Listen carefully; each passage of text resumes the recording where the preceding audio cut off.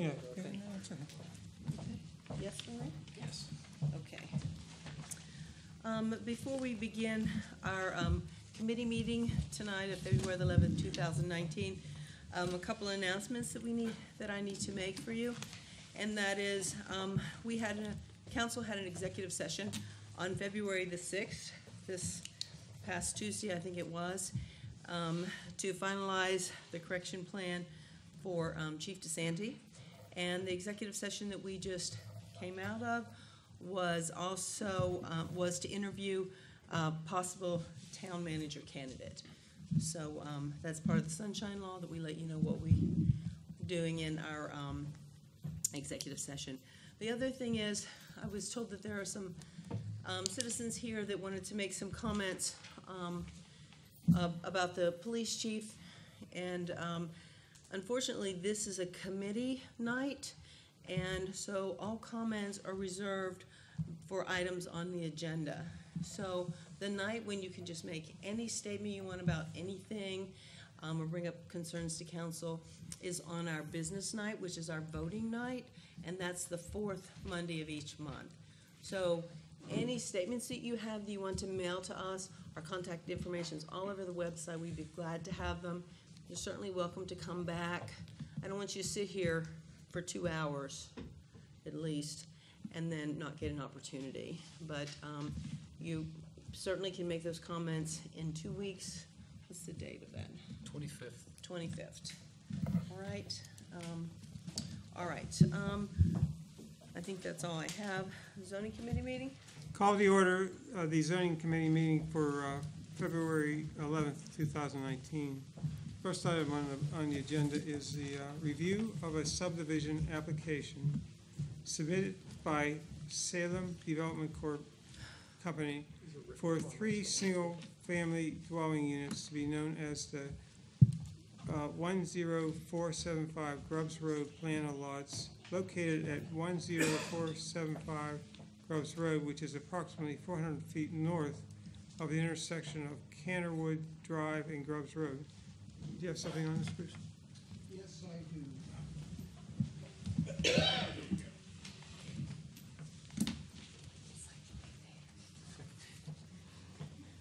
tried to get this as bright as I could, and it's still not bright. You need the lights cut off. Maybe let me, Not all of them. Don't make it too dark. let me make, just cut one. Yeah, just one.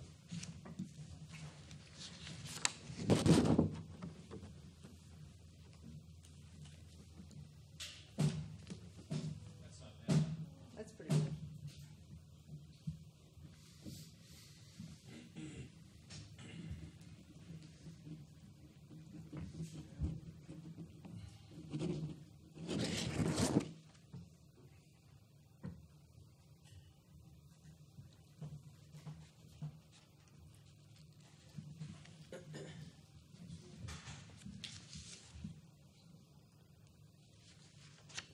Whoops.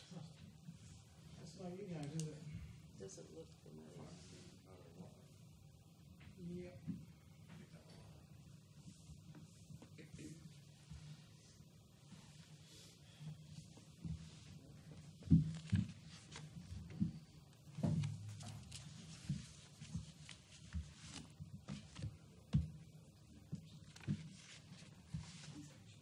John, if you need someone from the technology committee? Yeah, who's here for that type of thing? It's, somehow between, when I set this up, my icons got all rearranged. I have to go back to the, there.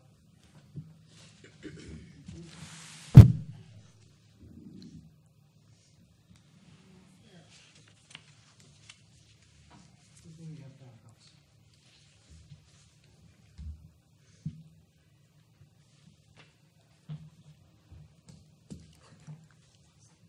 Lower.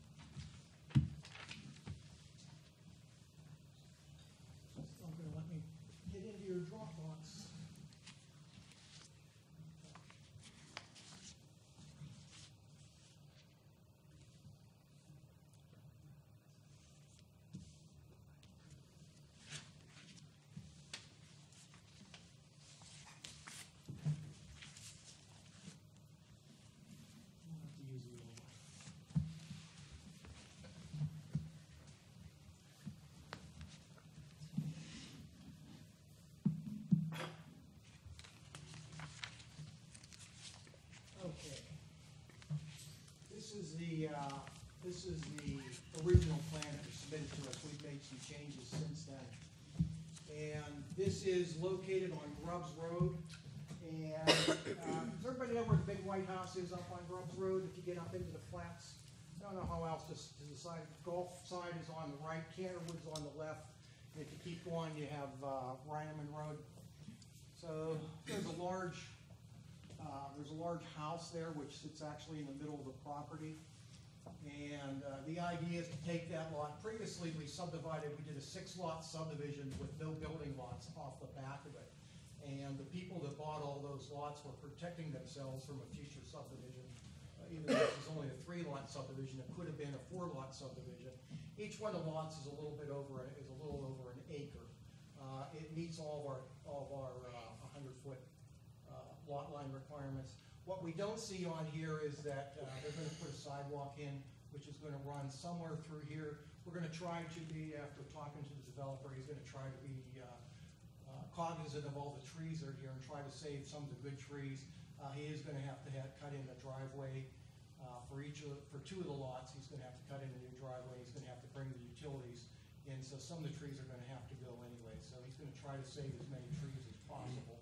And I believe one of the lots is already sold. We have tonight with us Frank Beatty and Luke Beatty. So they're going to try to save the trees. And which lot sold? Is it this one? Yes, And there's also a right that here. one's potentially lot one. Yeah, Frank wants to potentially buy this lot. He is saving this house is going to have to be torn down. It doesn't fit within the confines of the lot subdivision. And they don't mind tearing it down.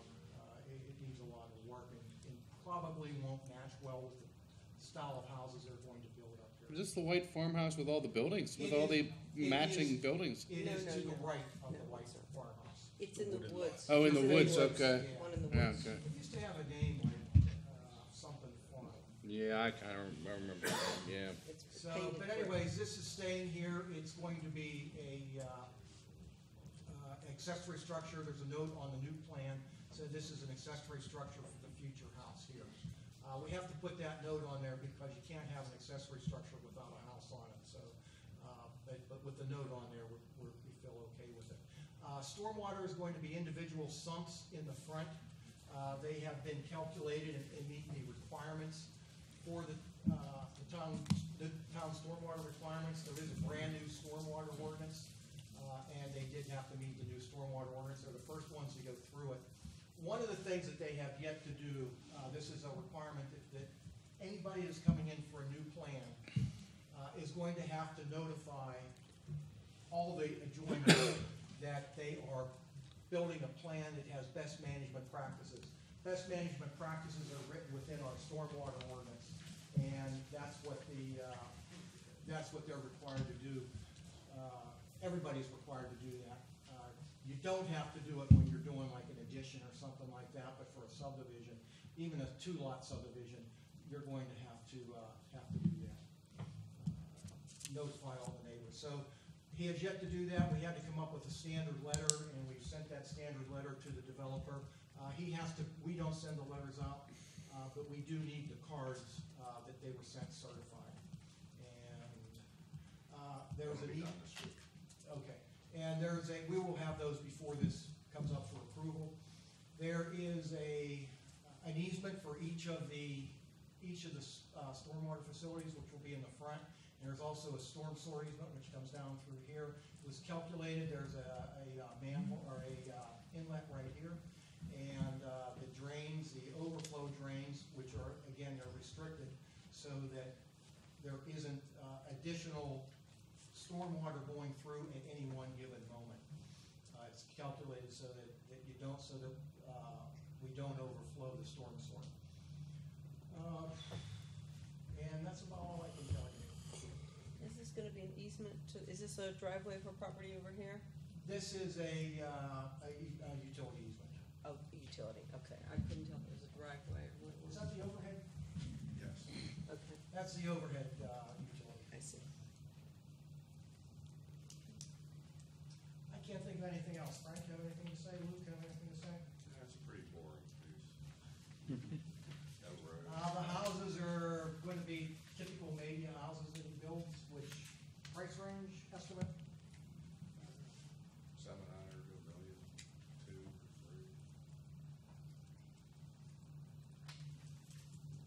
will fit in with the, there have been some new houses built just to the north, and it'll fit in with the style of those houses.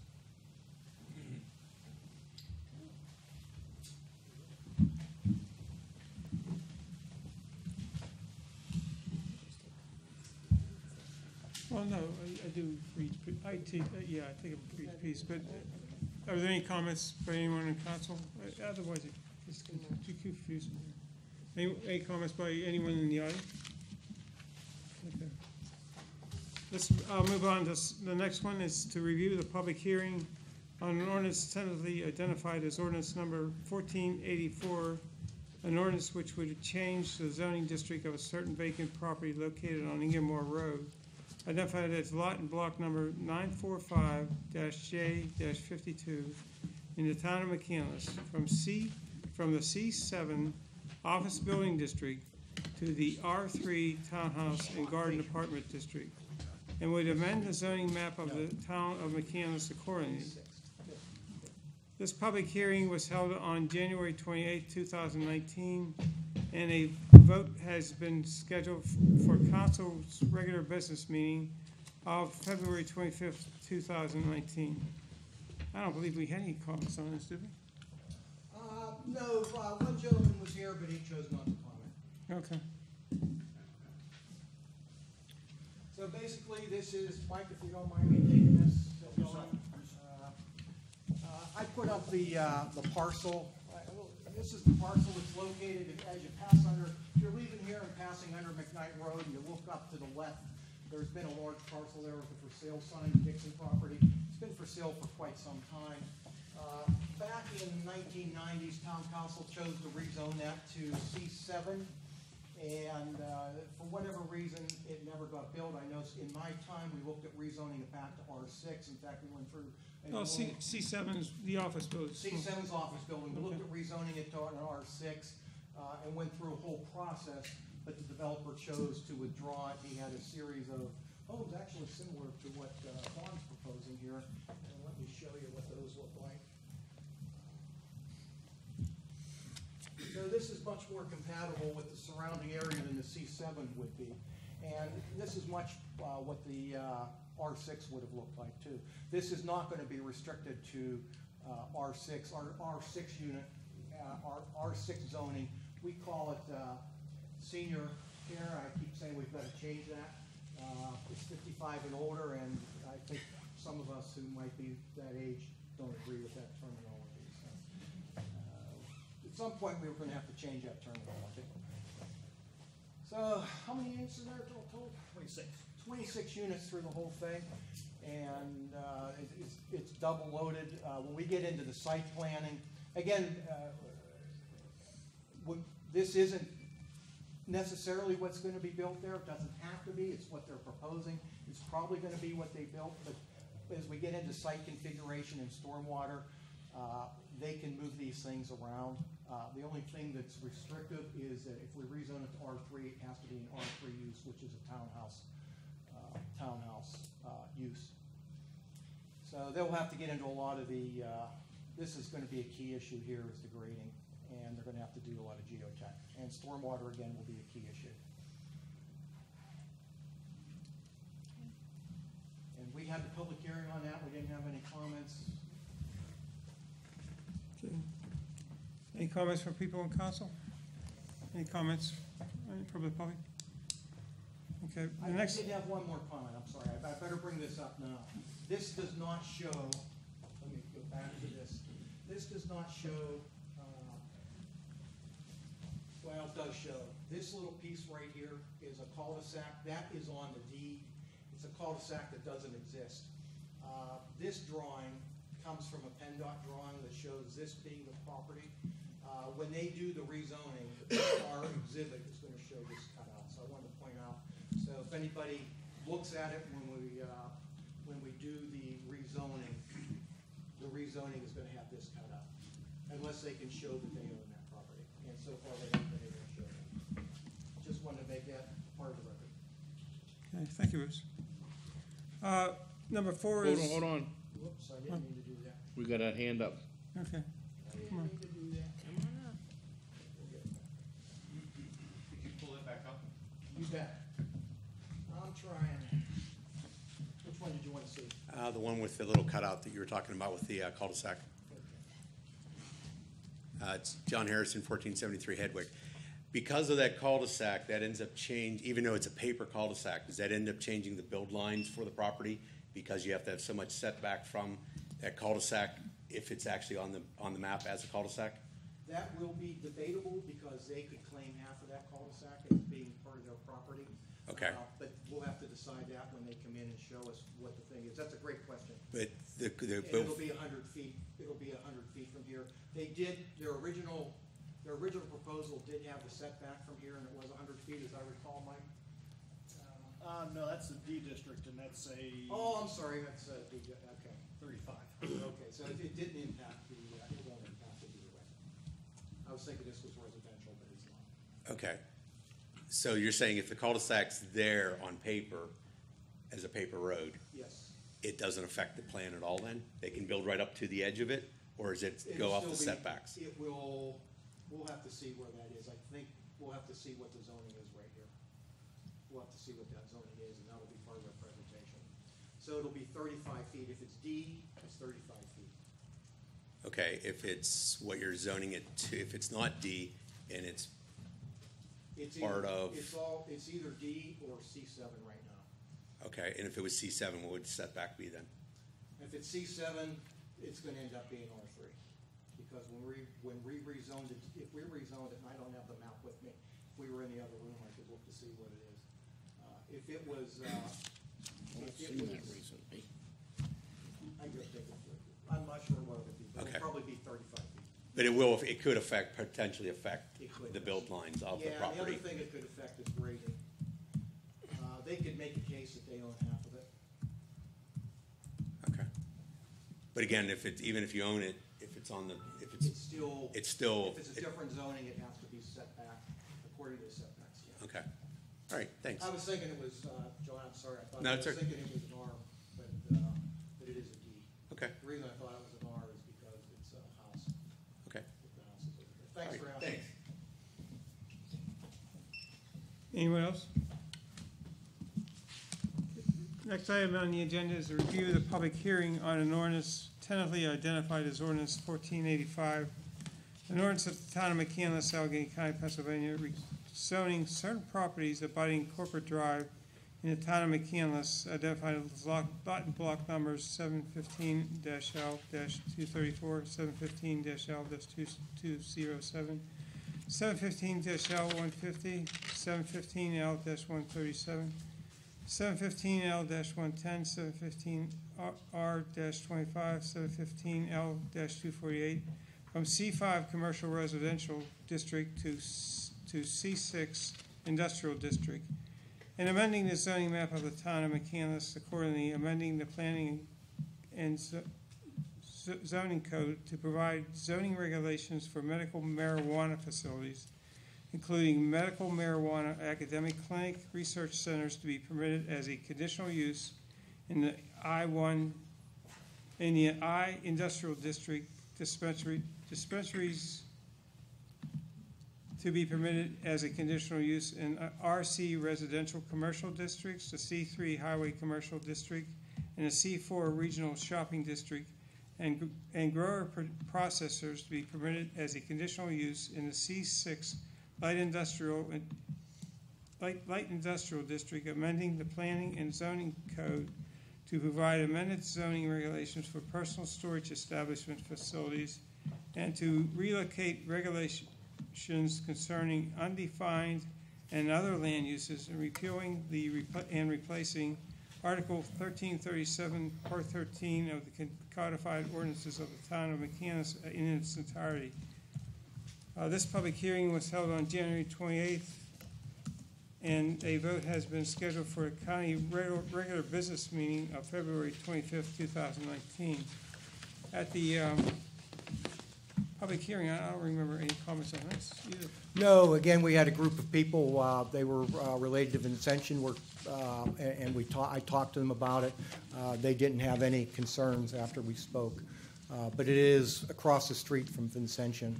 The grower processor is across the grower processor Presser? yes. Yeah, okay. So do you want me to summarize, Greg, what the public hearing was? Or you want to summarize it? Well, basically, there wasn't any hearing, there weren't any speakers. No, just for the audience, to just summarize Okay, what the, go ahead. if that's okay. Go ahead. Yeah, so really quickly, what we did was, state passed a law that said that medical marijuana is going to be permitted in Pennsylvania. Our town council thought that it was, we should be ahead of the situation. The state did allow us to have zoning. A lot of times when they do things like this, it's like you have no control over it. This time they allowed us to have zoning. As Greg pointed out, it's being, there are three different parts. There's distribution, there is processing, and there's clinical research. And we are permitting them. This ordinance also, we didn't have a C6 zoning, which is light industrial. We found out during this process that processing is generally in an industrial zone. So what we did, and this sort of kills two birds with one stone, we looked at our existing C5 district, which is down in it's McCandless Corporate Center. We had a nice discussion, several discussions with the owners of that property and managers of that property. They had no objections to that. So what we did was we added all of our C6 uses to the C5 district, that C5 district. We still have a C5 district down by Blazer Drive. We haven't, we are not talking about that piece. We're only talking about McCandless Corporate Center. So now we have a C6 zoning, and that's about it.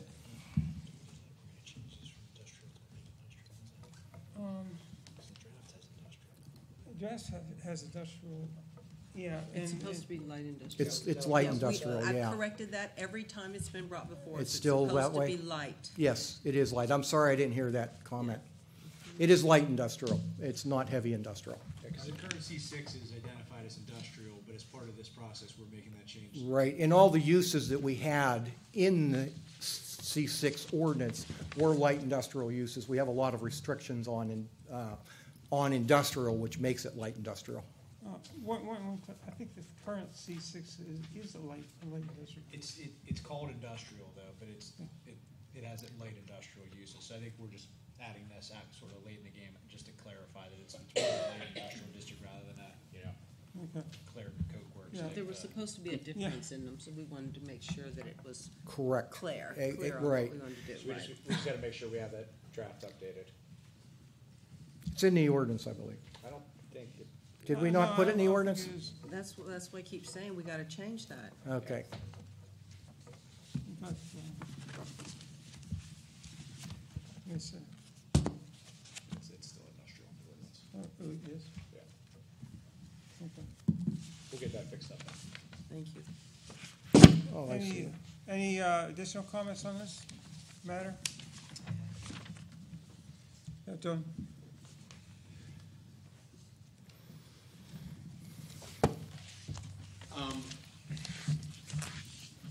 Being that we're basically going on uncharted territory that we're basically putting something in place new in McCandless, do we have the stipulations of curtailing it to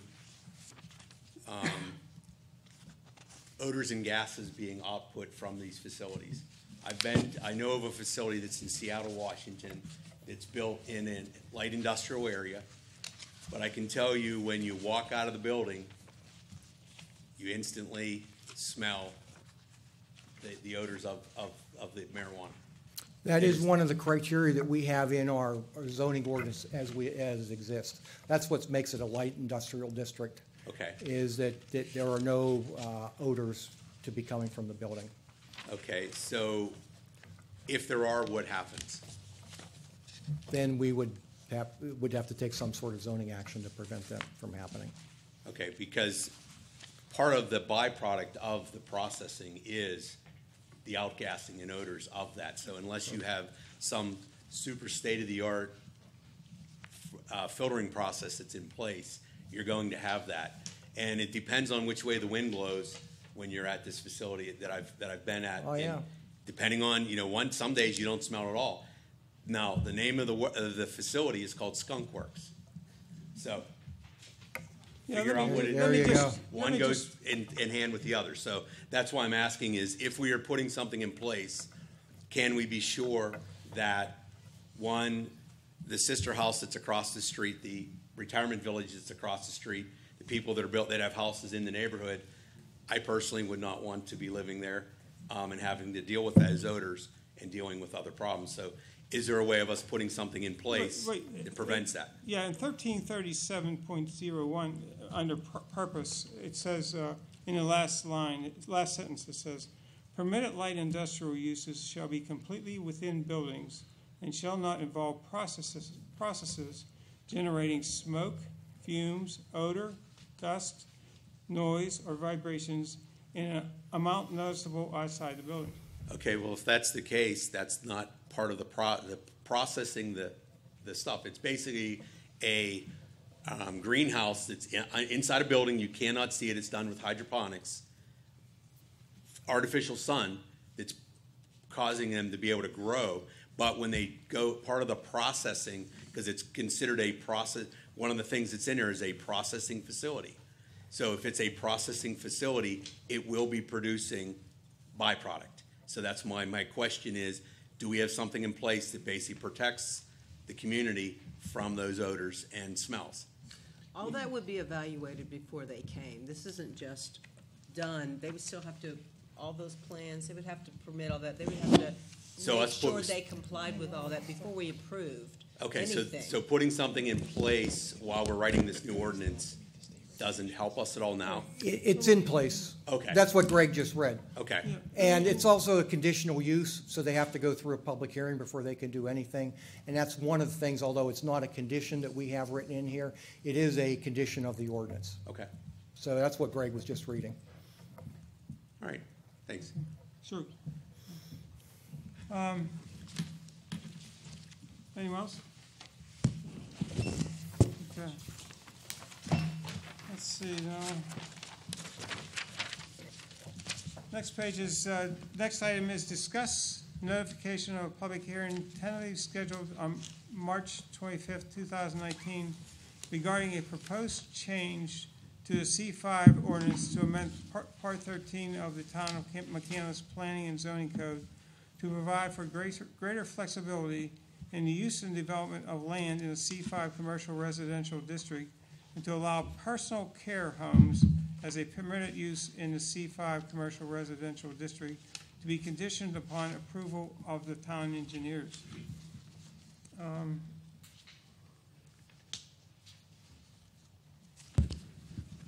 I do have a question on the ordinance.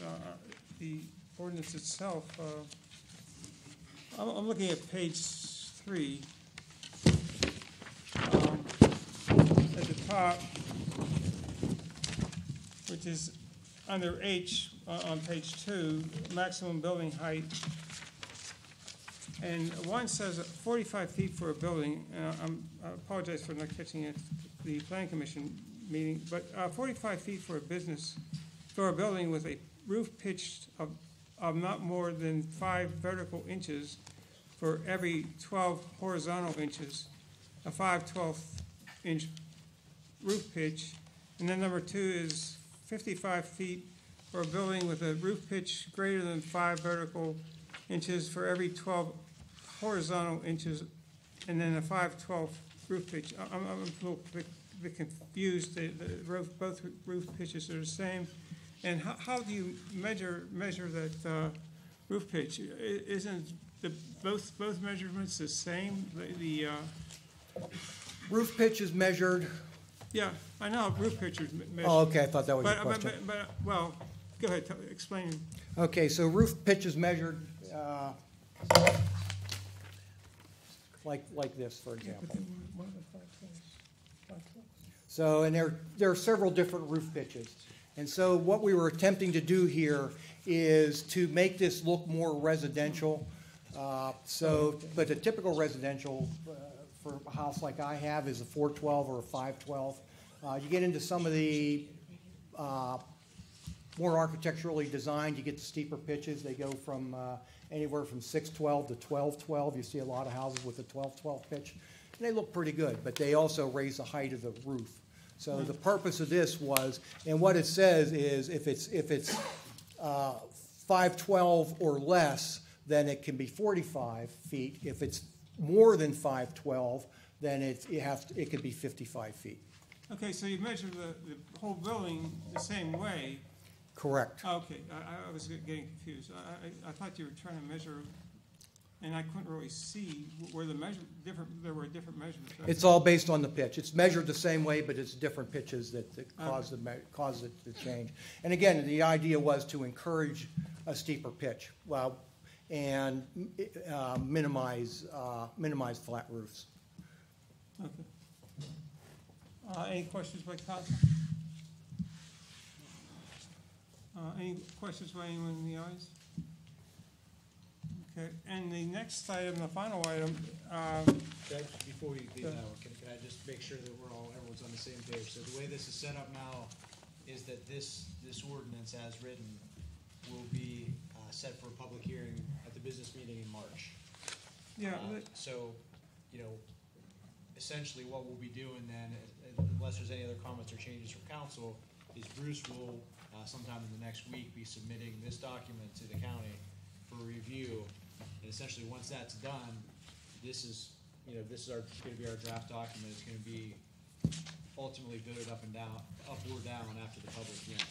So we're not gonna be able to make any material modifications to this ordinance once it gets submitted to the county, or else we have to start that process over again. And I understand from the developer, that, time is of the essence, not that, council, you are gonna be taking time. I mean, that you're not having a hearing for another month, 6 weeks actually, and then you'll have another, it would be set up for review and vote. But as that process, this is an important time to kind of look at this, look at the language, make sure you understand what it is that's going forward, because, again, if we get to the middle of March or at the public hearing and someone says, well, this isn't gonna work, 14 beds or 45 beds is too many or too few or whatever, we're not gonna be able to make a material change to the ordinance at that time. So, if there are questions, there were some questions at the planning commission meeting about the pervious and impervious. I think they redrafted. Yeah, that's one of the things that we redrafted that, and we came up with some different language. Council had some concerns about the way this ordinance was originally worded, and then we raised, that caused some additional concerns. They were afraid that we were being too flexible with it, and it gave the opportunity for the developer to do some things that we may not like. So we got more restrictive on that. And then the question came up is, you see a lot of people doing pervious paving and things like that. Well, we always restricted impervious surfaces, but pervious paving could be used for things like parking and stuff like that. So then, so we put some restrictive language in there to take care of things like pervious paving. and essentially with the goal being to make sure there's a minimum 40% green space, right? Yes. Right. So what we did was 60-40. We have a 40% green space. Rather than just rather than use the word pervious and impervious, we still use that terminology, but in what we're looking at, we distinguish between 40% and 60% of green space. So you could have pervious surface, but it's still not considered green space if it's parking. Since we see so many, I don't want to call it nitpicking, but we will anyhow, nitpicking things, can we make one of these number 1 or number 2 and equal to? So that we don't have someone saying, well, I'm right at 5. Well, Is that an and equal to one of them? Say 45 feet for a building with a roof pitch of not more or equal to 5 inches. And then nobody can come in and say some crazy nonsense in 6 months that they're dead on 5, and that doesn't count. I see a nod of the head and a thumbs up, so it looks like we're good. And then does everyone understand kind of the flexibility that's given as part of how the master plan will work? I don't want to belabor this, but it's, again, better to have the conversation now than, 2 weeks from now we start talking about it and have changes. Bruce, you wanna explain the So basically, what we did, they're going to do, have the opportunity to do a master plan. And within the master plan, they're going to be able to subdivide, and there won't have to be setbacks within the subdivision. There won't have to be landscaping within the plan, other than the 40% green space. So, but there will have to be, around the perimeter of the master plan, there will have to meet our setbacks and our landscaping plans that we have. So that's what we wrote into it. That's the part that was a little bit of a sticking point for us. We were having, we did a lot of wordsmithing on that, and Gavin and Allison and Kevin McKeegan did a lot of wording on that to get it right. To set the picture, I guess we should have said that this is the property that was along the Blazer. Yeah, this is, for everybody that doesn't know, I guess I didn't want to get into the whole thing. We had a large meeting in here back in October of 18, and we had about 75 people. Barry and Mike did a presentation. They received a lot of comments at that meeting. Their plan reflects a lot of those comments. However, our ordinance did not permit those types of uses. So this basically, in those types of structures, we greatly reduced the permitted heights of buildings in there. It was 85 feet. It was 85 feet. We kept a lot of the same setbacks, but we also, for residential R1, single-family and two-family dwellings were reduced to setbacks. Except for personal care. Personal care homes, we kept at 100 feet, 100-foot setback, which is, by the way, that's other places in the town, they're 100 feet and 60 feet setback for a personal care home. So we aren't treating them any differently here than we treat them anywhere else. So, but this ordinance reflects what was presented and amended since that meeting in October of 18. Any other questions by council? Anyone in the audience have any questions? The final thing, it's not on the agenda, but we just became aware of it. I became aware Thursday, probably late Thursday afternoon, that the Perry Shop site, the Cosman Perry Shop site is, Cosman Development Company is looking to develop a 7.7 acre of land on Perry Highway near the McCandless-Ross border in Ross Township. The site, so it's in Ross Township, it's not in McCandless. The site is the old state liquor store site known as Perry Shops.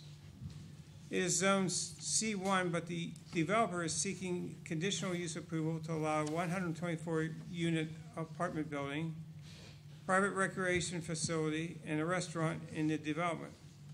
Also, Cosman is looking to eliminate the current 50-foot buffer yard required between the structures to be built in this development and the residential area on the north side of this proposed development. So they're looking to eliminate any buffer at all, which are along the south side of Kaler Road in McCandless. This variance request will be heard by their zoning hearing board, not our zoning hearing board, when it meets on Wednesday, February 13th of 2019. It'll probably be done. It'll probably be done. Their building, which is off McKnight and Babcock. One of the residents of Kaler Drive, 128 Kaler Road, Scott Metzger, who's not here tonight. I think he's at the Ross Township Commissioners meeting on this, wrote a letter to the Board of Commissioners on Saturday, February 9th, 2019. That's last Saturday, and sent it by email to the commissioners. Attached to that email was a letter on the project from the Allegheny County Economic Board, which Bruce Betty supplied me. I will probably, I could go over the important part of the letter quickly. And this is the Allegheny, this is the county of Allegheny. It's from Kay Pierce, who's the manager of the planning division. And she says, we received the above application from Ross Township. The application for a proposed mixed use, which means commercial and residential development, and which usually is in a C3 or C5 in our case, which consists of retail, restaurants, self-storage units, apartments, and a cell tower. We have reviewed the plan and offer the following comments.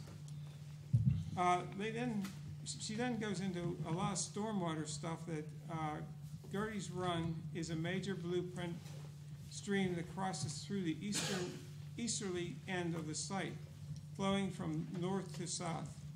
Approximately 500 feet of the stream channel and its associated floodplain are proposed to be filled in. So the developer apparently has plans to fill it in.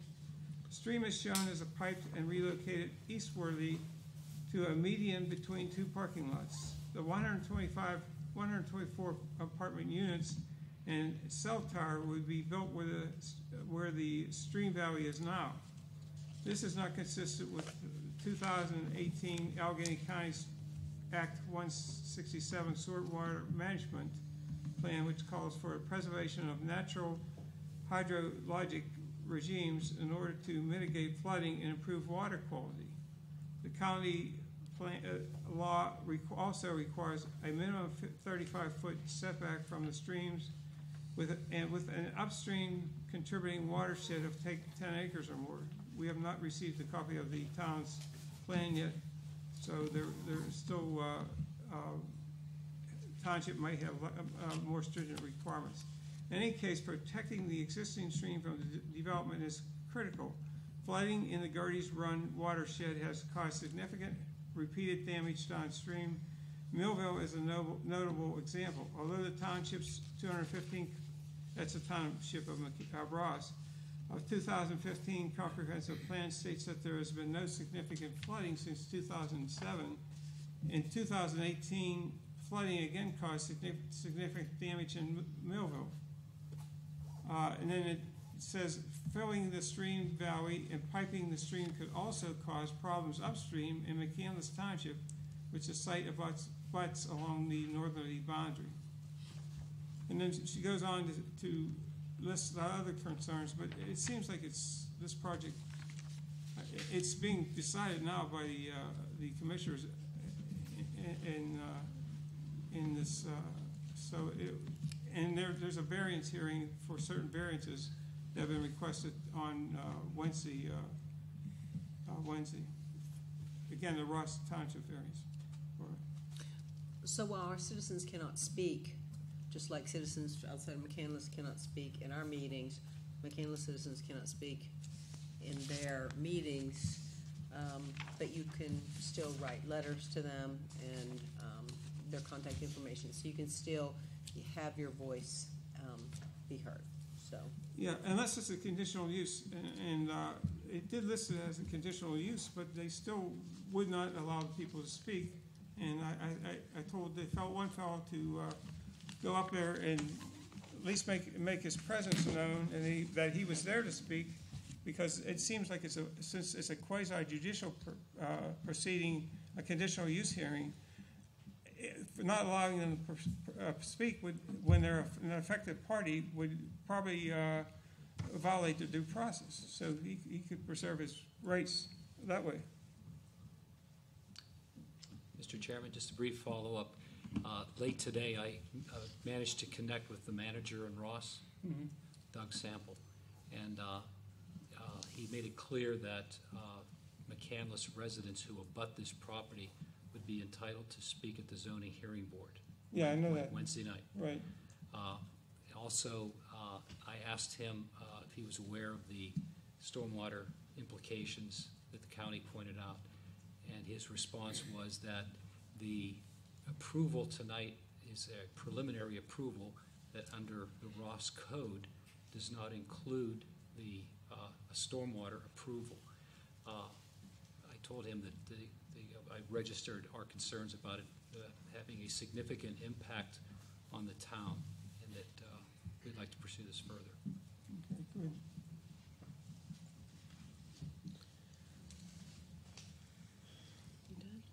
Well, no, I'm just waiting to, well, I'm just waiting to see if there's any other comments from anyone in council.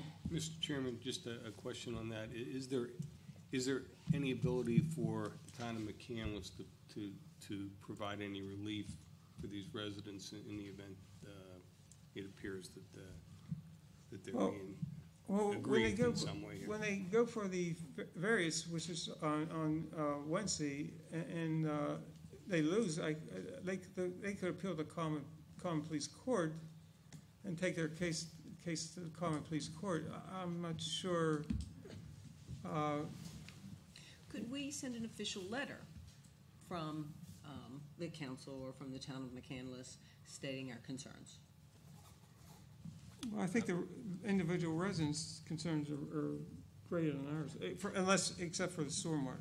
No, I mean, our concerns for our residents. Oh, okay. Yeah, I would think an official letter might, I would it's support something that we could do. idea if it was something I that mean, was there's nothing wrong with that. but available to us. To Greg's point, I mean, I think what will carry more weight is, and I know you're trying to look out for the residents, I don't think there's, number one, any problem with the town. I can work with Toby on the wording, getting some letter out to the township, including the zoning hearing board, expressing our concerns.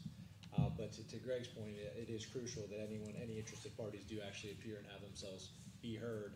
And, if they want to potentially engage legal counsel, they may want to consider that too, just to make sure their rights are protected. But that would only be the 8 houses that are directly to the north of it. I wouldn't say that. You don't necessarily have to be abutting a property to be an affected party. And again, I haven't seen this application, I haven't seen the plan, so I couldn't give an opinion on who may be affected, but it may be beyond those directly abutting the property potentially. But if it's true that the water can back up to McCandless, then we are an affected party also. Right, I mean, again, I don't want to go too far down the road without having seen Yeah. the Right. plan. I mean, I did review the letter, and certainly that's cause for concern, I think, from the town's point of view. So, relating those concerns, I think Bruce may have some. There are several other groups, agencies that are involved here too. I mean, we're going to be looking at the federal government through FEMA, Pennsylvania Department of Economic, or DEP. We'll be looking at it, and also Gertie's Run Sanitary Authority has to look at it, and also along with Gertie's Run is under a cap and a sanitary cap. So they'll be looking at, DEP will be looking at it through the sanitary part also. So there are a lot of unknown things. As Toby pointed out, this is a preliminary. The thing about preliminary is it does give you a right to build. So they could come in, if they get preliminary approval tonight, I don't know how they're going to handle the stormwater and those kind of things.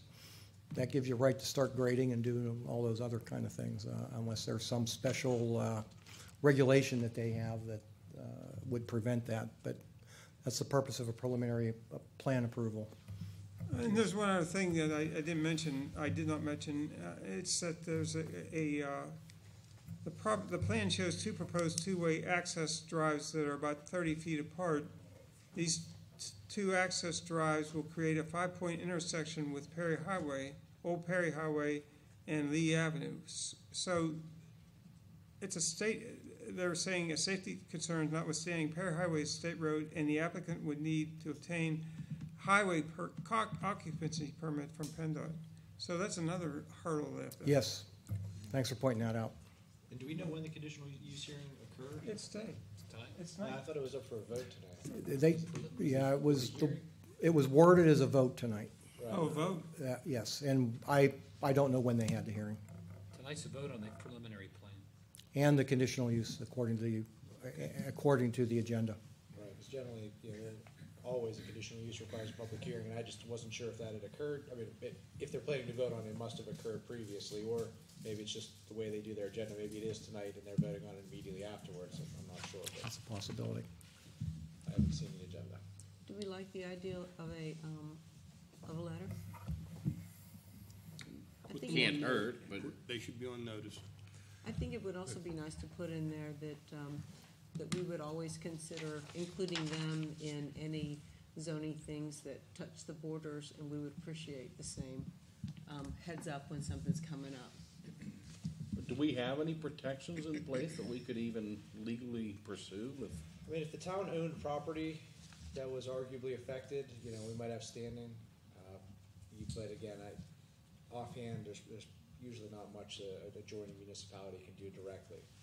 But something friendly about Sure. intergovernmental cooperation Maintain communication, and neighborly all that stuff. love Sure, and something like that. And I think Bruce has already communicated, at least from, in that vein with his counterpart in Ross. I'm not sure if he's heard back yet or not. But I have also. Okay, good. Yeah, we'll put something together. Okay. Okay, anyone else on council? Anyone in the audience? Yeah. Haven't seen you for a while. Joe. Yeah, I know. In saying that, they're gonna have to get a permit because they're messing with the wetlands, basically, or the stream, correct? And that's gonna have to come from who? Well, it sounds like they're working the floodplain, which means they probably have a floodplain administrator at Ross that they would need to get a permit from. That's the way those are set up, right, Bruce? There are several rules they have to go through FEMA and DEP in order to do that. Okay. So there are at least two agencies, DEP for sure, and probably FEMA. And the township first, though, don't they administer the floodplain? They do, but if it came to me, my role would be saying what I just said. Right.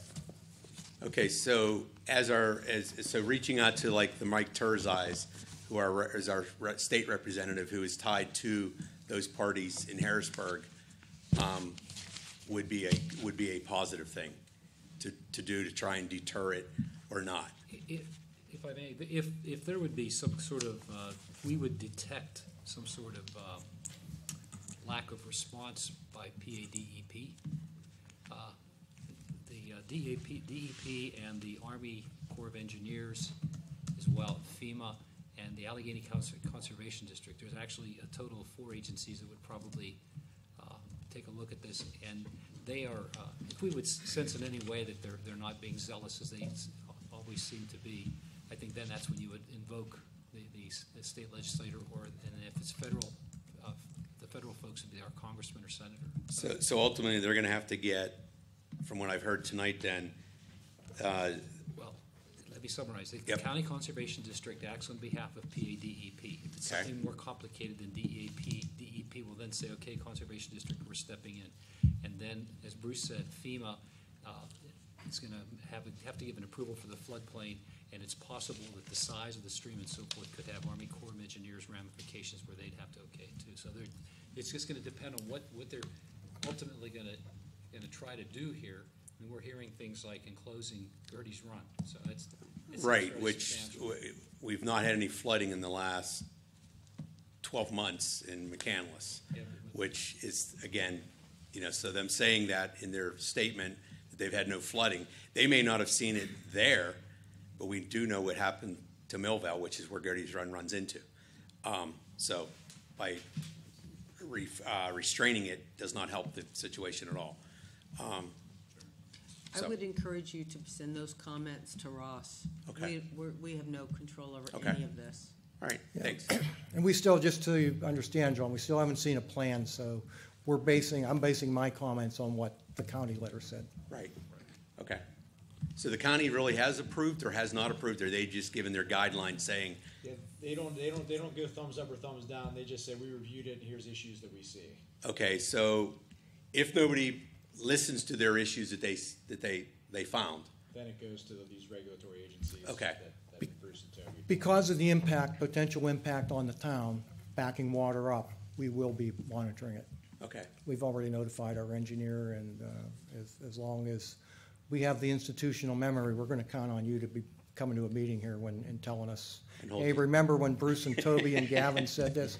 yeah, okay, that's why. We need the new people to do it. Yeah. All right, thanks. Okay, thank you, John. Anyone else? Okay, that's the last thing on the agenda, so the zoning committee meeting is hereby adjourned. Services Committee? I'd like to call to order the Services Committee meeting. Fire Marshal Dan Stack to report on for the month of December 2018 and the permit report for January 2019. Good deal. Thank you very much, and good evening. This is the year-end report for 2018, so this is we're reviewing the December. You can see it was a little bit more of a normal month for the fire departments. We ran a total of 62 calls, which was a year-end at 866, which is about 100, close to 100 extra calls. It was due to that heavy day we had in November. If you remember, we ran over 30 calls due to all those heavy ice, that ice storm. Also, we rounded out December with $500 in the false alarm fines, and we ended the year with $4,800 in the sinking fund. Mr. Madia and Frank Madia that was here just a bit ago, I wanted to thank him, but him and his son donated a house to us over off of Guyton Road, and we were doing, the fire departments have been doing lots of training in there. We took advantage of it in December, where we hosted a town-wide firefighter rescue certification we refer to as rapid intervention or RIT training, and so it was very well received, and I wanted to thank him, but he took off too quick. So we've been pretty busy with that, but kind of lost it due to the weather now. So under fire prevention, public relations, myself and Detective Sergeant Egley from the McCandless Police Department, him and I hosted a number of active shooter and what we call ASHER events, which is active shooter and hostile environment response at LaRoche College, as well as the Wexford House, which is now the Wexford Healthcare Center. And then finally, some of you may recall on January 27th, the McCandless Fire Service, we were responded to a very devastating fire off of Park Edge Drive. The fire itself went to 2 alarms. Fire units were faced with heavy fire conditions due to some storage issues. Also, we had difficulty accessing the house due to a long icy driveway and frigid temperatures. But all in all, no firefighters were injured. Would like to also congratulate Chief Matt Williams from the Peebles Fire Department, who assisted the homeowner from the house in the early stages of the fire. So thankfully she's okay, as well as all of my guys are as well. That's all I have. If you have any questions. Marshal Stack, thank you. Are there any questions from council? Are there any questions from the public on the fire marshal's report? Thank you. Thank you. I just had one question. Ian, was that the chief that you just mentioned at the tail end of your presentation? We've concluded, I thought someone told me that he literally saved her life by intervening. Is that? He did. He assisted her from the house, exactly. Yeah, I mean, but for his intervention and being there, she would be dead. That's very possible, sir, yes. Thank you. Good work on that. I agree. Thank you for those comments. The Services Committee is adjourned. Public Works Committee. We call to order the Public Works Committee. Mark Sabina with the snow and ice report. Good evening. Let me start with the activity report from January. As you see on there, most of our time was spent collecting trees and dealing with ice and snow. So we didn't get a whole lot of other work accomplished through the month. Snow and ice report shows pretty much what the guys did through the month, even though we did only have about 13.5 inches of snow. It came in small amounts. It came in ice areas and freezing rain, which occupied a good bit of the month for the guys. Have any questions about that? I'll be happy to try to answer them for you. Notification that bids are being sought for the rental of a .75 cubic yard or larger excavating machine with operator and high lift with 1.5 cubic yard bucket or larger with operator. Bids will be opened on March 6, 2019. This is equipment that we rent every year as a backup to our in-house equipment. It's an excavator which we do not have in-house, so that we can work on larger projects. And again, we do this every year, so these bids are out. We determined that our expenses last year would likely exceed this year's budget limit, so it is out in the newspaper as advertised, and we hope to get several bids. Review the list of streets proposed for 2019 paving program. Okay, that list is put together. I spent time riding around, reviewing as much as I can in January, all the roads in the town. And again, this year, because of all the ice and snow, that was a little difficult, but the list of, I believe, 23 streets that I presented to you is the result of that review. Those are also streets that, on the list from last year, which pretty much was corroborated with the robotics report that we got last year. Those are streets that even last year could have been put on a list, but they had to be cut off because of the extreme volume or amount of work that was required. So they're in for this year. If you look at the list, the average age is about 18 years. There are several of the streets that are 20 years or older. There are a couple that are about, I think, 15 or 16 years old. So they have, for the most part, exceeded their useful life. Council have anything to comment on those items? There was a comment in there about not being able to, that the company wasn't going to be buying the millings anymore. I've been notified by two of our prospective bidders on the paving program. In the past, when we've milled roads, the asphalt producers, primarily Lindy and Lane Contracting, have offered an incentive of about $3 a ton for the millings, which when you put 22 loads or 22 tons on a load, $3 a ton is at least enough to pay for their fuel to transport down and get the truck back here. All of the companies, or those two companies anyway, have notified any of our prospective bidders that they are not going to be paying for material this year. If they want to deliver the material there, they'll be happy to accept it, but they're not going to pay for it this year. So that will likely increase one of our unit prices. It'll either increase the milling price because they're still going to have to haul the material away, or it's going to put a slight increase on the asphalt material itself. We won't know that until we open bids. Do we sell any of our millings to the public? Because I know some of the other towns do that. We've, in the past, since we don't have any place to store the millings anymore as we used to, the millings become the property of the paving company. We can change our bid specs with that, but if we're going to keep any of them, we're going to have to locate some place that we can stockpile them. With the paving companies owning the millings, I know that residents or paving, other smaller driveway companies in that, have approached the contractors in the past and obtained some of those millings from them. I don't know. I doubt that they're giving them away. They might be charging them the same $3 a ton fee or whatever. I don't know. But if we had some place that we could keep more of them, we certainly could probably keep the price around the same as it has been. That may be something that we need to think about. With all the trails that we're talking about adding and billing, millings are a nice, make a nice walkable trail. Oh, sure. So, And that's one less thing we have to buy. So maybe we can kind of look around and see if we have some place that when we start having trails, we can have some storage so we can recycle our own things. We don't have to keep buying stuff. We do keep about 5% of the material that we use to backfill our storm sewer work and other repairs that we do on the roads. That 5% amounts to probably somewhere around 1,500 or so tons that we keep. Recently, we've been placing it in an area down at Wall Park.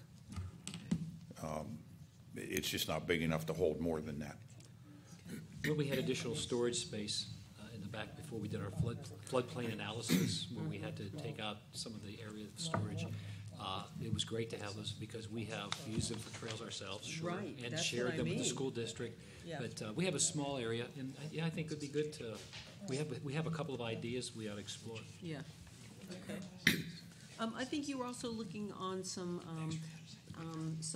green way to deal with knotweed or some of the bank problems that we were having. We are. Where are we on that? I've had 2 meetings with Ken Allshouse from the Environmental Committee. And he's actually doing the legwork, so to speak, to find some environmentally safe, biodegradable sprays that can be used.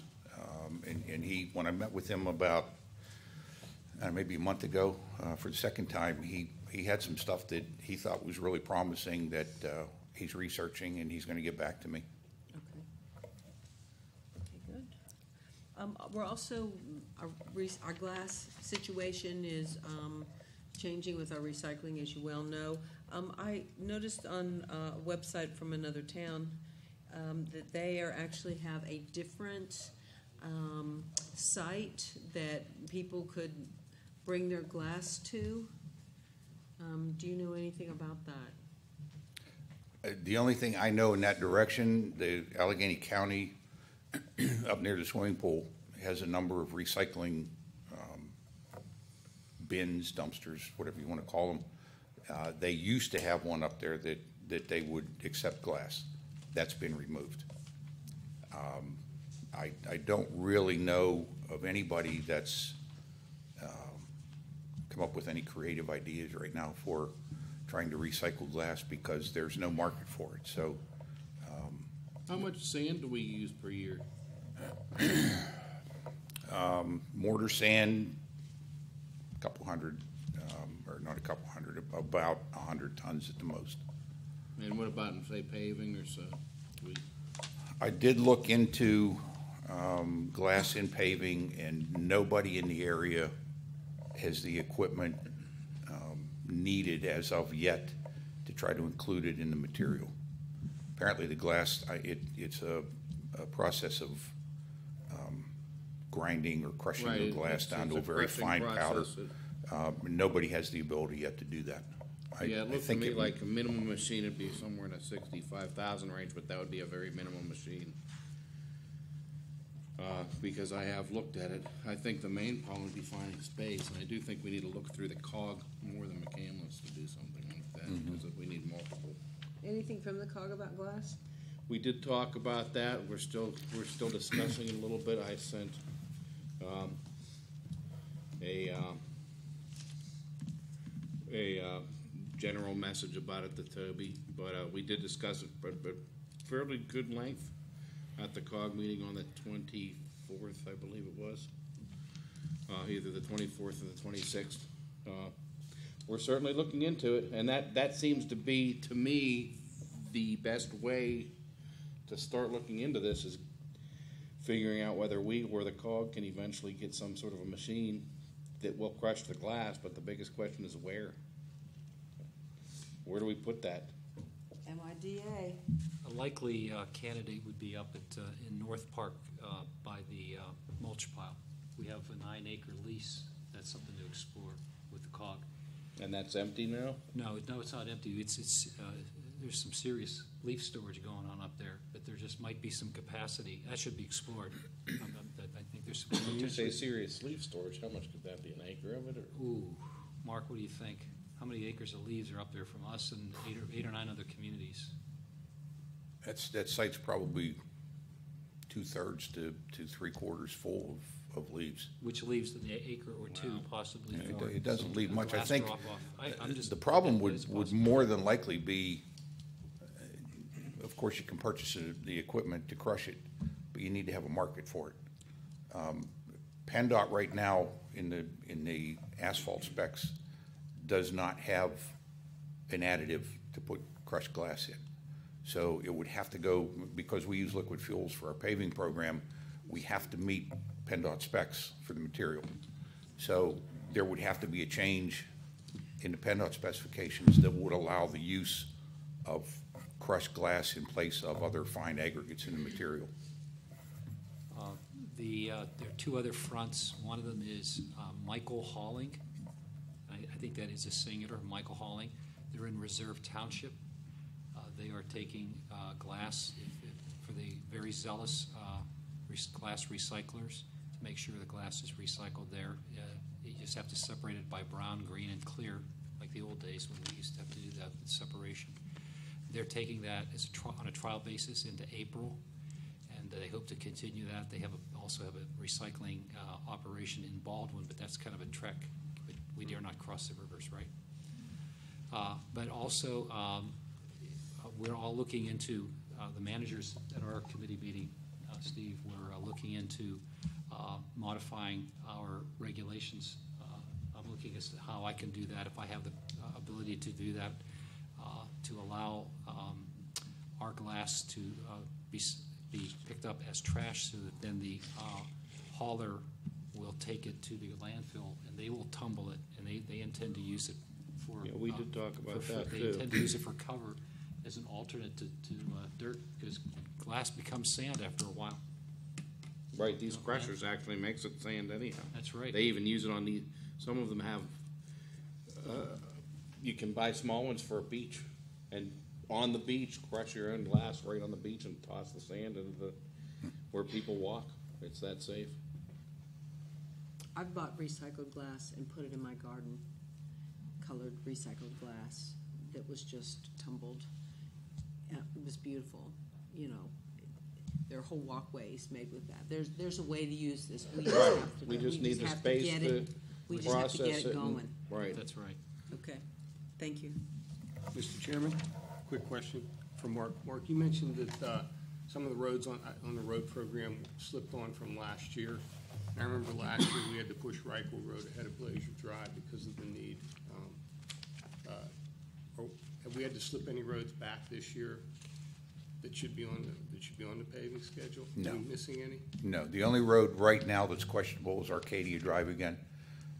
Westview Water had a change in their engineer, their in-house engineer, and I've contacted him and talked to him about the fact that last year we took Arcadia off and substituted Reichhold because Westview was going to add some new water main over along Arcadia Drive. That never happened. As it turns out, apparently that was a link to close a loop rather than a replacement of existing pipe. So they don't know now if they're going to do it. And I've advised them that we're ready to put our paving program out for bid. I need to know if they're going to do that and if we're going to have to postpone that road again. Okay. But otherwise, there are no other roads on there that were kicked off from last year. In which case then, the next, if somehow we have to substitute for Arcadia, Mark will be prepared to propose substitute roads that would be the next worst roads to do. As we did last year. Good. We're gonna definitely get Harmony in this year? We're going to try real hard. It looked We've like got- a definite. We're going to start on the drainage work. The only thing that's going to slow us down is what we run into when we try to work past the two gas lines and the water main and whatever else we find buried underneath that road. But I've got strong hopes that we're gonna get it done. I think the people who live there probably do too. Anyone else from council? Anyone from public? Adjourn the Public Works Committee meeting and open up this Public Safety Committee meeting. Call to order the chief's report.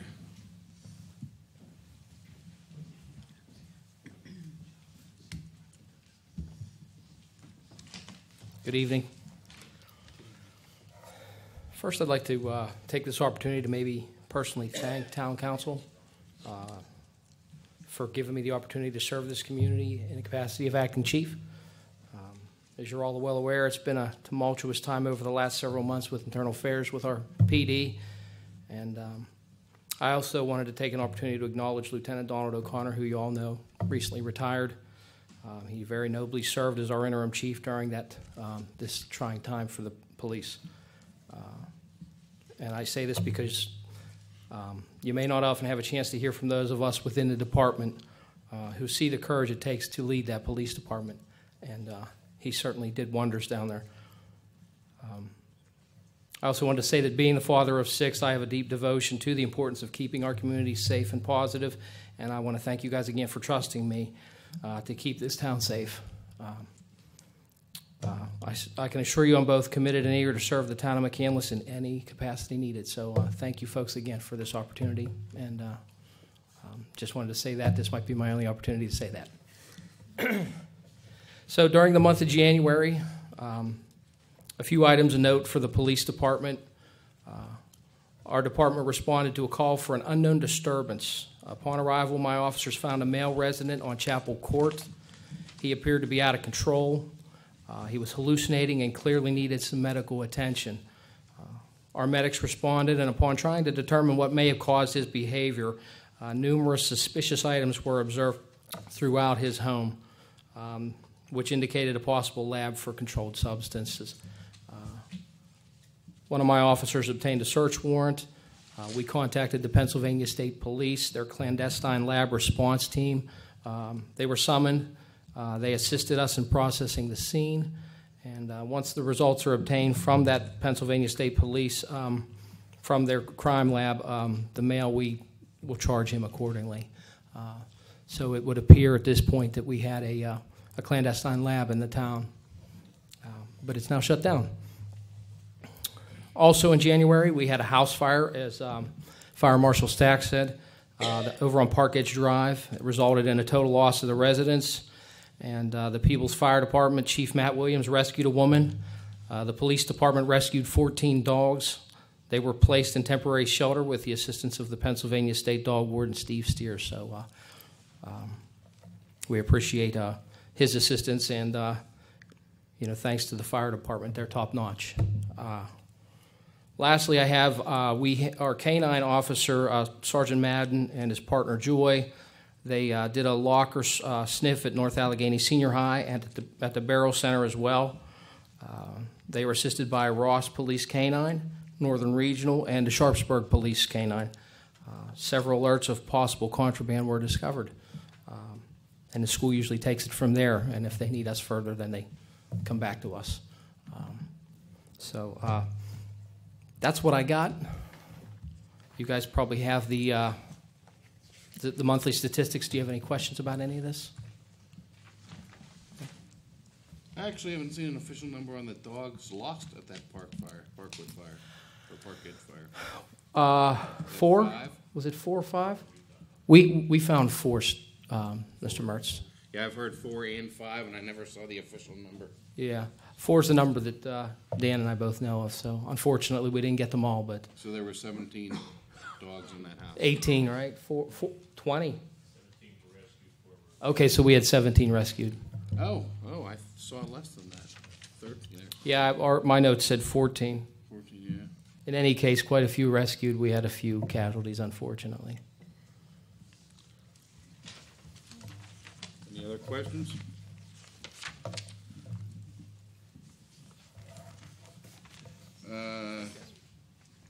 Discuss the status of potential amendments to the town code regarding regulation of objects in the right-of-way, particularly signs posted within the right-of-way.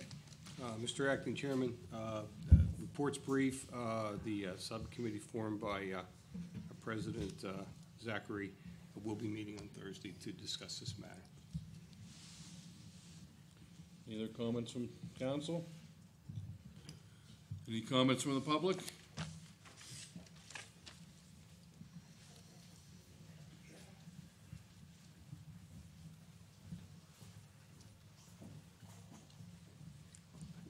Alice Beckett-Rumberger, Parkland Drive.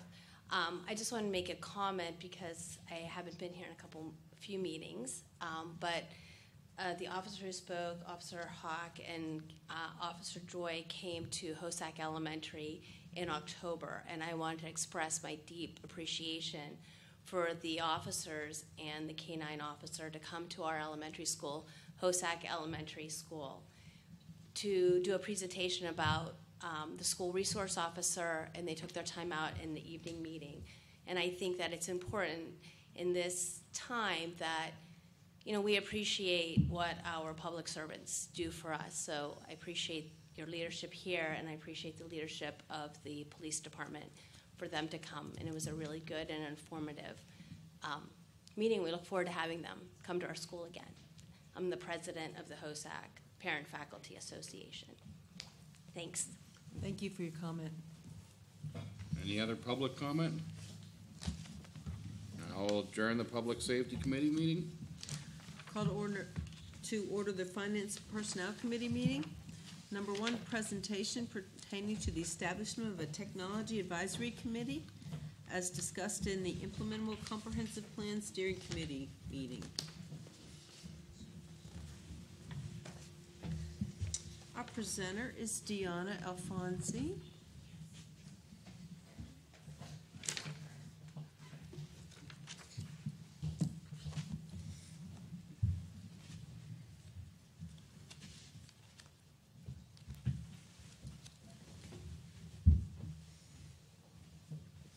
While they're pulling that up, the steering committee is moving forward with a comprehensive plan, and we're getting the first drafts of the chapters sent to us in these next coming weeks to read over and look at. And there's some going to be more than just one committee that's going to be coming out of this committee. So even more opportunities for citizens to be involved. So stay tuned. Is there an internet connection? Depends on the wind. If not, I can do it through here. It's our guest. You can find it on there.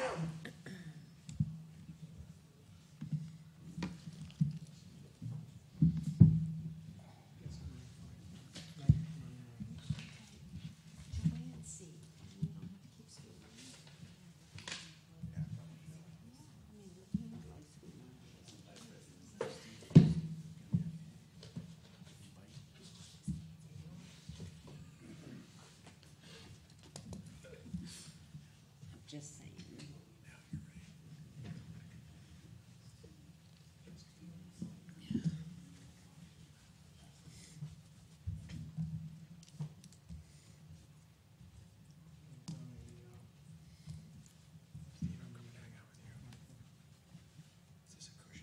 That's Joanne's height razor. I busted her.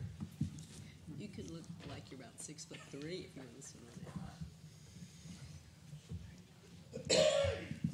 Also, there's a very exciting chapter on connectivity with some great trail proposals. They're very, very exciting to read.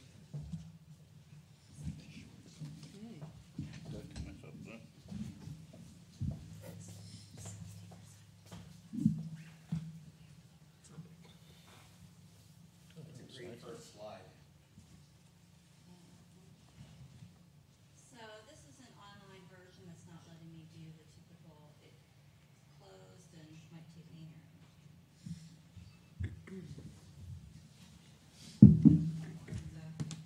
So there's everything I'm about to show you, I actually have already for you, so you will, I'll be able to hand them out to you when we're done.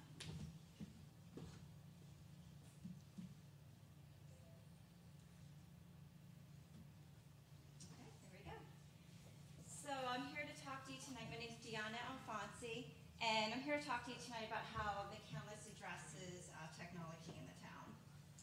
And so I know most of you know me, but just for the people that don't and people that may watch the recording later, I've actually grown up here in McCandless Township. I graduated from North Allegheny. I'm raising my family here. I have multiple kids in the school district.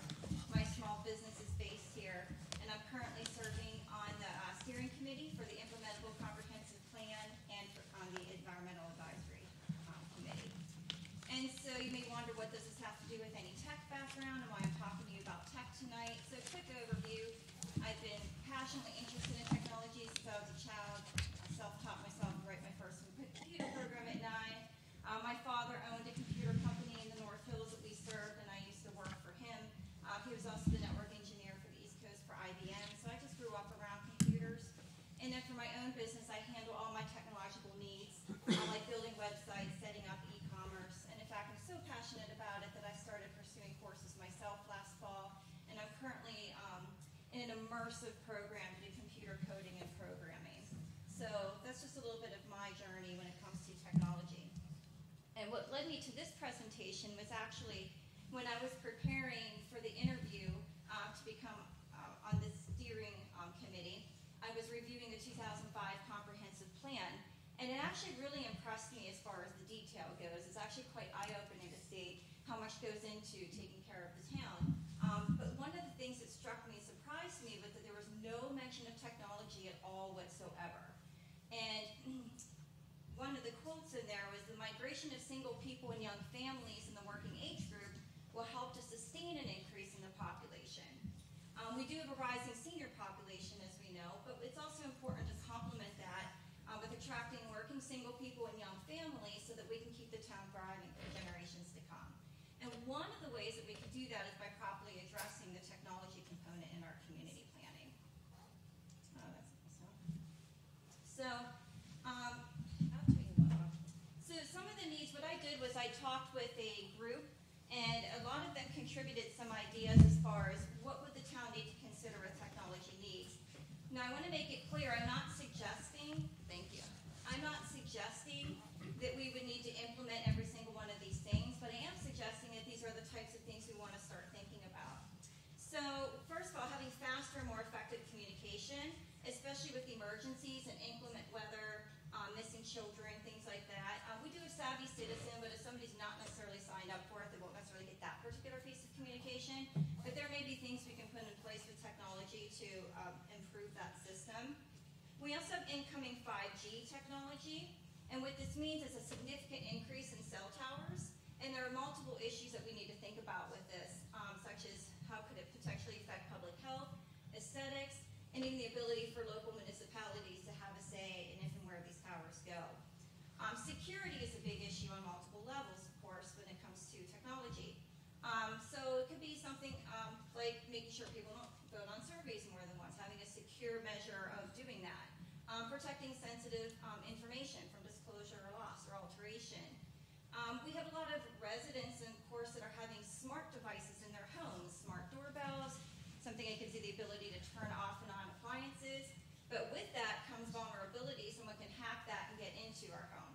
So it's good to help educate the residents and keep them safe and make them aware of these security concerns. And security vulnerabilities can come from something as simple as out-of-date software. So the bottom line is security is an essential building block, and not only can it maintain faith in technology, but also in the town itself. Some other things to consider, and I actually liked this idea. Somebody said maybe we could have a phone app that shows you where the snowplow trucks are. So if you've ever had Uber or Lyft or Google Maps where you can see where exactly the vehicle is and where it's traveling to, we could potentially maybe consider something like that. Enabling remote participation for residents. Some people would like to comment and give input at meetings such as this, but they may not be able to come here. Maybe it's because of scheduling, health issues, inclement weather, things like that. And we could look at having a secure system set up for remote participation. Now, I know these terminology here, I know I'm virtualization and SaaS services, and I purposely threw it out there for a second because we may not necessarily understand what it means, but this is a way that could be very effective in reducing the cost for town administration software and maximizing security at the same time. And the idea is there are people who do know exactly what this means and how they could implement that. Also, evaluating technology and outsourcing options by tech experts. So I kind of think of this as when we take our car to get fixed, and if you're not particularly comfortable with knowing what goes into fixing your car, you have to rely on what that mechanic tells you. And so some of us that may not feel comfortable, we may bring somebody that we know and trust who knows all about cars that can say, hey, is what this person telling me accurate? Am I being charged fairly? So it'd be nice to have that kind of thing when it comes to evaluating our technology needs. Having someone who can help seek grants for technology upgrades and improvements. And also creating bridge programs to help residents who are not comfortable with the constantly evolving technology. So this would be building upon existing programs. We have great institutions here with Northland Library and North Allegheny School District. They are offering some programs. We'd be looking to build upon that and work in concert with them. And also being able to offer programs preemptively before the needs necessarily appear. Now what you're seeing in this picture actually took at a rest stop on the turnpike, but this is a phone charging and device station. And we might consider something like this in McCandless. So it wasn't that long ago that the power went out. We were looking at setting up a library as an overnight shelter. And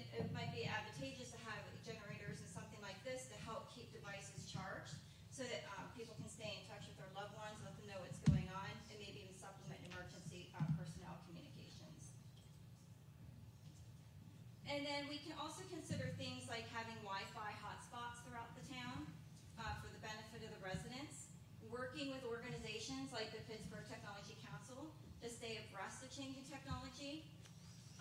Even things like self-driving cars, obviously they're starting to become more frequent. What does that mean for the town? What ordinances might we need to consider? We have another person who offered the idea of having startup and builder spaces, encouraging co-working spaces in the town. Some people don't necessarily have to go downtown. Or community tech challenges to improve local services. So some of the most impressive apps that we use today started with developers working on open source, meaning that they all just work on it, they contribute to it, and that's the way you get a low cost or no cost feature. And then things like even for our council members or our subcommittee members have virtual private network to have a way to dial in securely, maybe reducing paperwork, increasing security to access your information. And then having a digitally efficient system for citizens to report concerns and see feedback.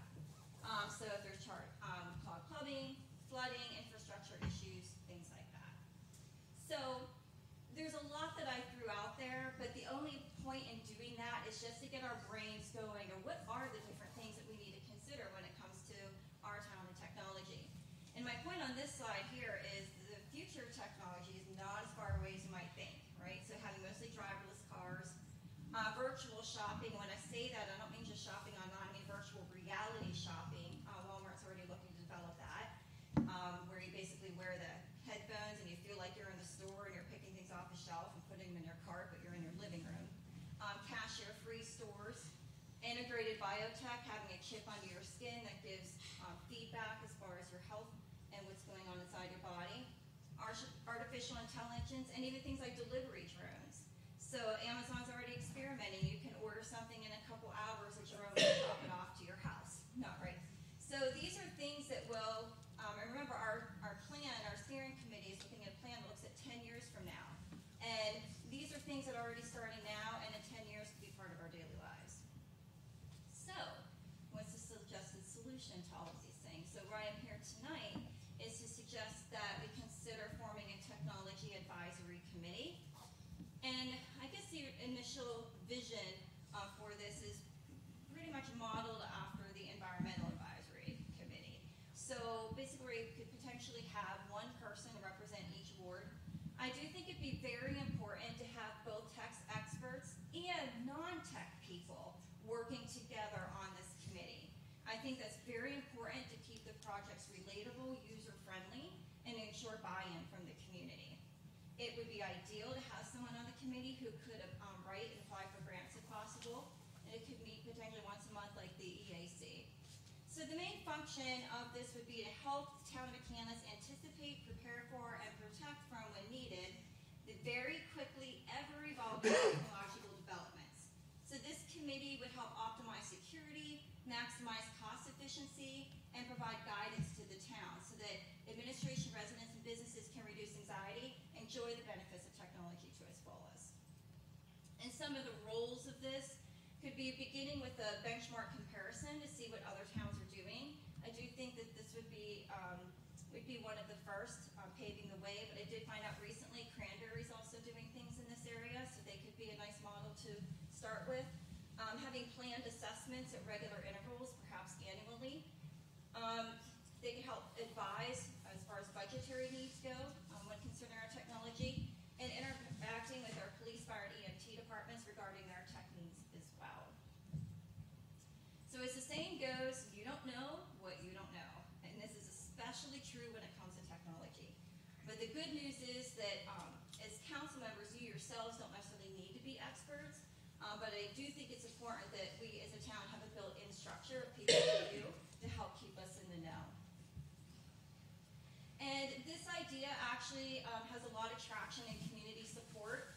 The steering committee did elect to formally include a recommendation for the formation of a technology advisory committee in its final comp plan, which is going through the first drafts of now. Amy Steele of North End Library, she's with us tonight, but she had said, count the library in on this initiative, let me know if we can help. Robert Sheard, superintendent of the North Allegheny School District, is offering his support as well in his quote. I I have an additional quote that I'll pass out to you. Justin Driscoll, he is the executive director at Tech Elevator and was also with the Pittsburgh Technology Council for a number of years. And we've also had a number of contributors to this presentation as well, helping to give various ideas. So there is community support for it. And basically, this is really an opportunity for the town of Kansas to lead, to be a model for other communities, for something that's really greatly needed. And it's a way for us to stay relevant and continue to be an attractive place to live for generations to come. So my humble request, and I should say our humble request, because it's not just mine alone, is that town council would consider this proposal and put it to a vote after having had a chance, of course, to ask questions and fully review as you would need to. So that's why we're here tonight. So there are some resources. I mentioned a lot of things in here. If you wanted to look into them a little bit more on your own, you can. And again, I'll be giving you handouts. I have them all printed for you. And that concludes my piece. I'll be happy to answer any questions. And I think there might be a couple people here tonight that they have comments as well.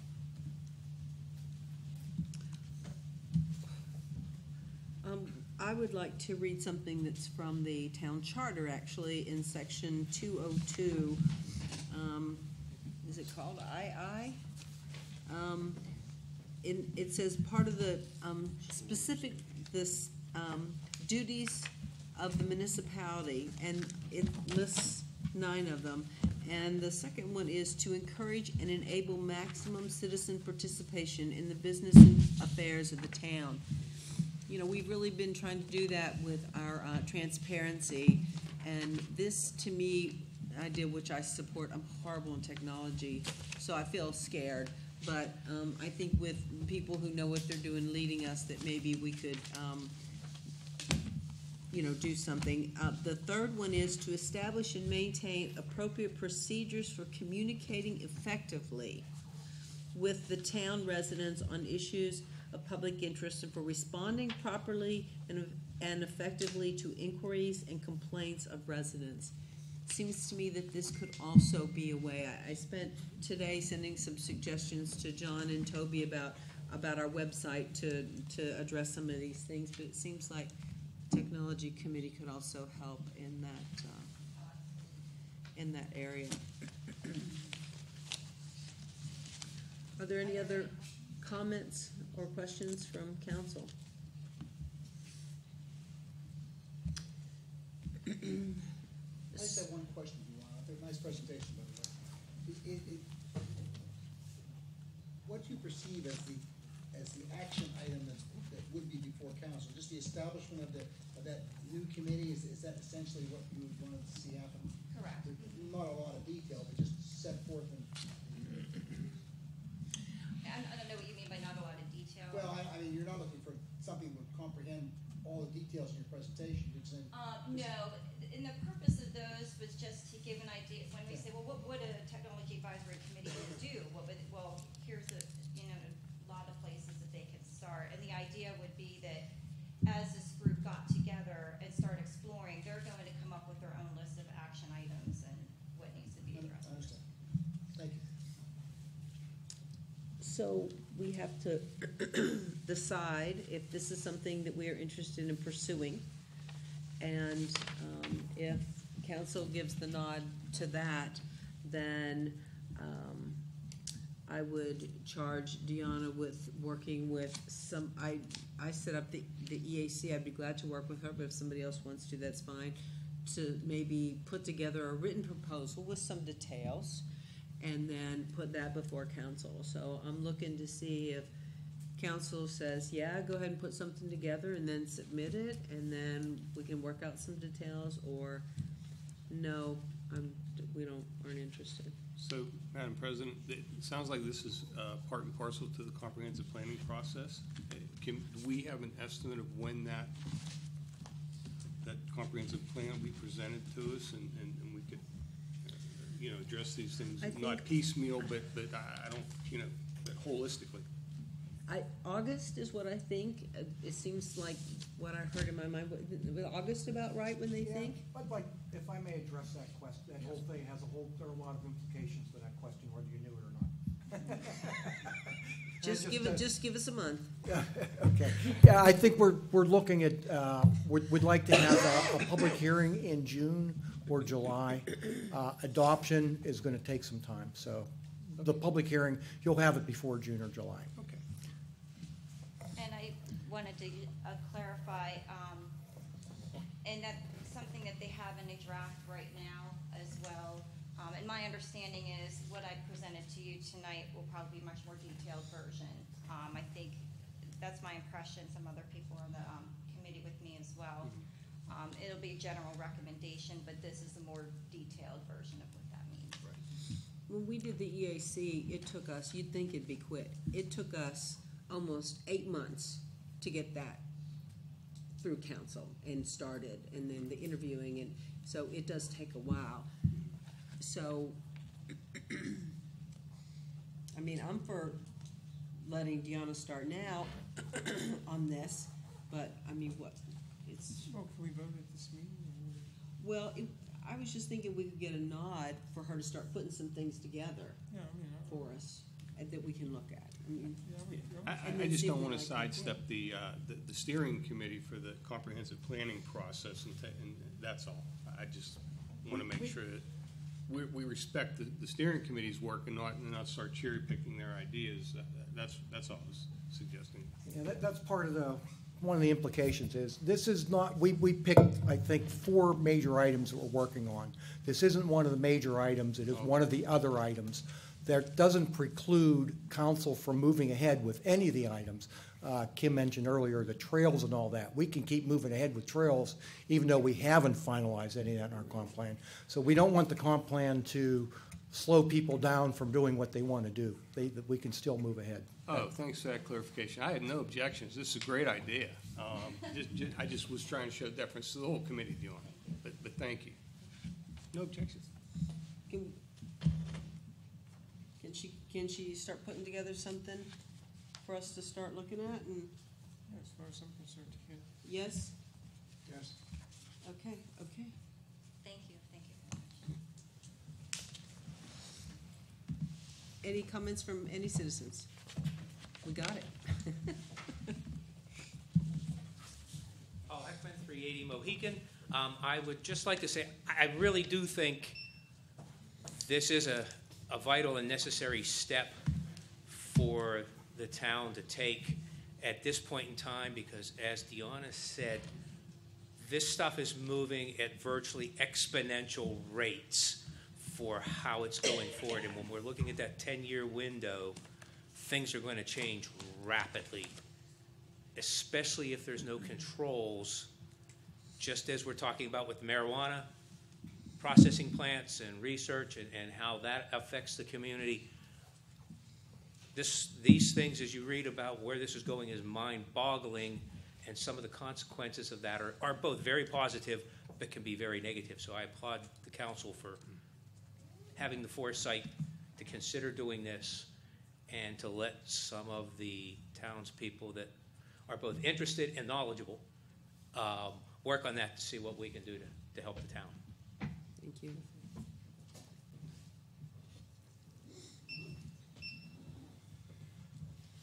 Amy Steele, I'm the director at Northland Public Library. I'm also a member of the Implementable Comprehensive Plan Steering Committee, and I just want to applaud Deanna for taking the initiative to really move this forward. As Ms. Zachary has said, it takes a while to get these things off the ground. One of the things that the library has done already, some of the programming she mentioned, is our digital boot camp for parents, and that's looking at technology and how to keep our children safe while they're using all these various technology platforms. If you are a parent these days, it's almost impossible to keep up with all of the things that are happening. Apps on cell phones that look and act just like a calculator, but definitely are not.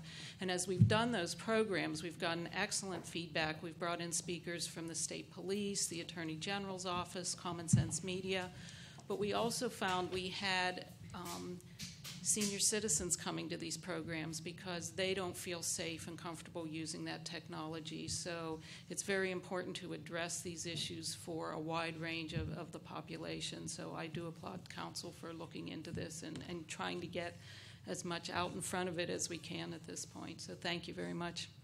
Thank you for your comment. Any other comments?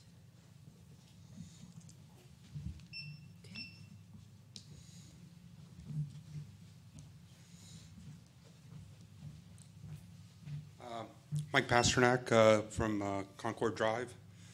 I think this isn't really the beginning, but almost the continuation. One thing I've been really impressed with is the way you started using technology over the last 4 years.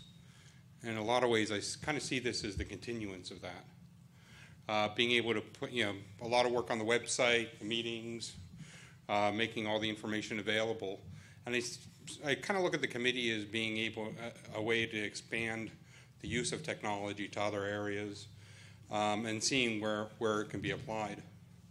I guess Paul also mentioned some things with zoning. Like, is there some other things where you might have to think about things with government? Is there, she brought up drones. That was one thing I wondered about. Is there a drone ordinance? We're not permitted to have one just yet.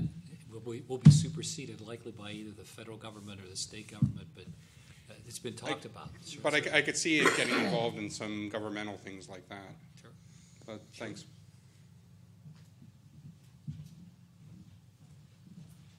Any other comments? Thank you for your presentation. Discuss the allocation of 25% of the 2018 regional asset proceeds that exceeds the amount received in 2017, which is $734.37 in accordance with Act 17 of 1993 in the Intergovernmental Cooperative Laws of Pennsylvania. So we get money from the RAD every year, everybody does, and when it goes up, 25% of it you have to give away of the increase from the year before. Did I say that right? Yep, to an intergovernmental cooperative Into agency. a governmental cooperative. That amount this year, so 25% of how much it went up from last year is $734.37. So council has to decide who we want to give that to. And I think the only options that we have are ALOM, the library, not the MIDA, right? No. Okay, so the library and ALOM are our only options, is that correct? And the North Hills Council of Governments. North Hills Council of Governments, okay. Now, last year we gave it to the library. Sorry, Amy, I had to say that. Okay. Last year we gave it to the library. And our Heritage Center doesn't count? I think it's just a nonprofit corporation, isn't it? No, it's us.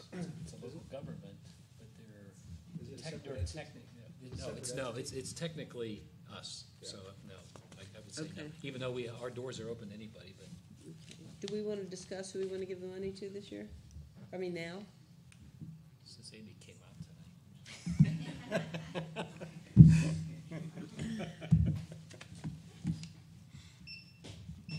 I'm sure the library has no needs. I know their roof is working fine, and that their HVAC unit is stellar.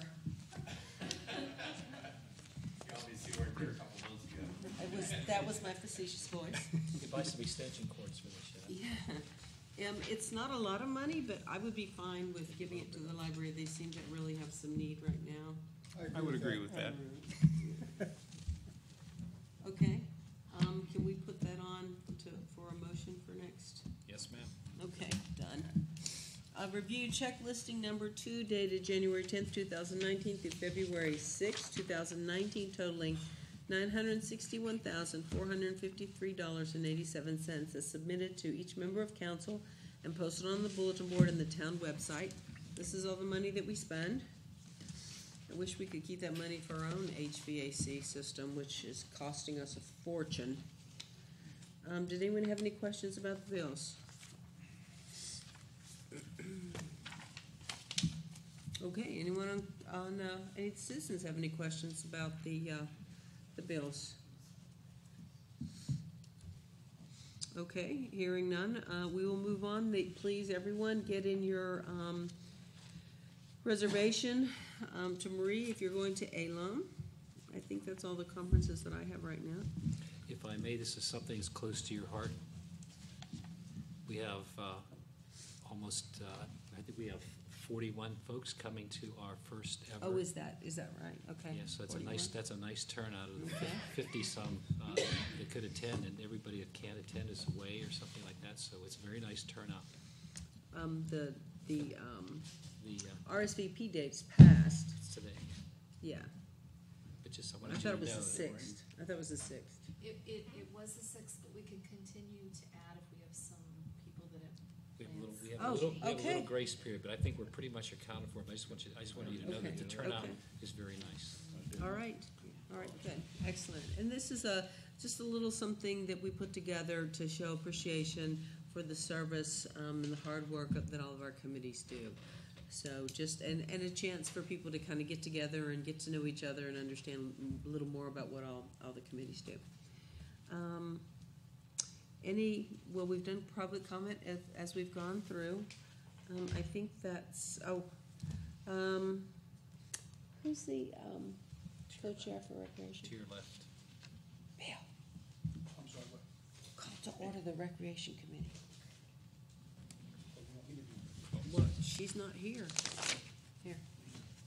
Just say there's no business. Yeah, then sorry, I was busy putting on my files, anticipating the end of the meeting.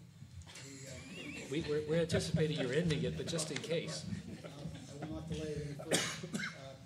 I call to order the Recreation Committee meeting and report that there's no business to conduct tonight, and accordingly, that's.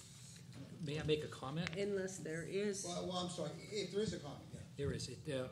I talked with John Bajarski, who is coordinating the fitness court program, and he and I and Deanna are going to make a team to, we're meeting on Wednesday to finish up the approach that we're going to be making to various donors, and we're excited about doing that.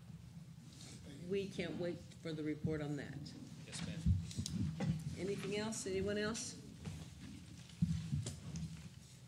Anyone else in recreation? That's mine.